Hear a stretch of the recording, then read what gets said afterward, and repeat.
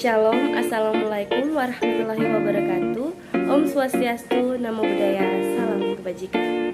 Perkenalkan, nama saya Relin Winda Adipati. Saya dari kelas A5 Keperawatan semester 2 dengan NIM 2214201147. Di kesempatan kali ini saya akan menjelaskan mengenai efek samping obat. Pengertian efek samping obat adalah semua efek yang tidak dikehendaki yang membahayakan atau merugikan pasien, atau disebut dengan adverse reaction akibat penggunaan obat. Masalah efek samping obat tidak bisa dikesampingkan karena dapat menimbulkan berbagai dampak dalam penggunaan obat, baik dari sisi ekonomik, psikologik, dan keberhasilan terapi. Dampak ekonomik seperti meningkatnya biaya pengobatan dan dampak psikologik pada kepatuhan penderita dalam minum obat akan berakibat kegagalan terapi.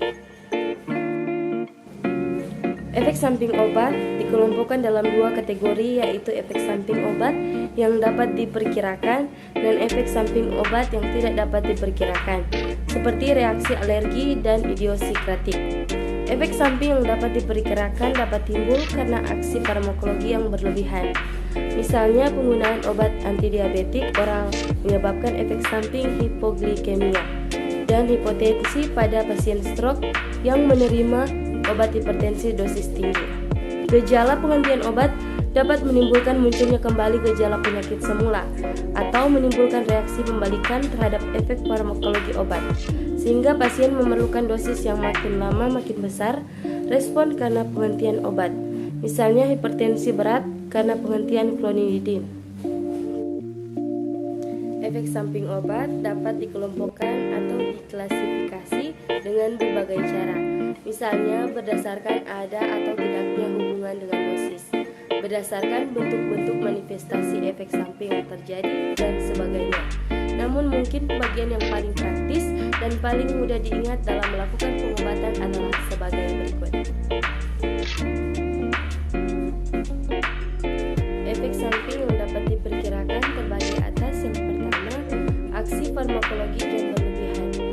Efek samping jenis ini umumnya dijumpai pada pengobatan dengan depresansia, susunan saraf pusat, obat-obat pemacu jantung, antihipertensi, dan hipoglikemika, dan antidiabetika. Beberapa contoh spesifik dari jenis efek samping ini misalnya, yang pertama, depresi respirasi pada pasien-pasien bronkitis berat yang menerima pengobatan dengan morfin atau benzodiazepin. Kedua, hipotensi yang terjadi pada stroke, infark miokard, atau kegagalan ginjal pada pasien yang menerima obat antihipertensi dalam dosis terlalu tinggi. Ketiga, bradikardia pada pasien-pasien yang menerima digoxin dalam dosis terlalu tinggi. Keempat, palpitasi pada pasien asma karena dosis theophylline yang terlalu tinggi. Kelima, hipoglikemia karena dosis antidiabetika terlalu tinggi. Keenam, perdarahan yang terjadi pada pasien yang sedang menerima pengobatan dengan warfarin karena secara bersamaan juga minum aspirin.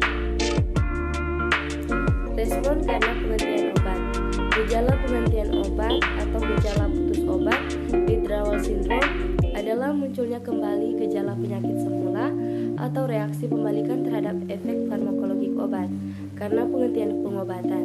Contoh yang banyak dijumpai misalnya agitasi ekstrim, takikardi, rasa bingung, delirium, dan konvulsi yang mungkin terjadi pada penghentian pengobatan dengan depresansia, susunan saraf pusat seperti barbiturat, benzodiazepin, dan alkohol.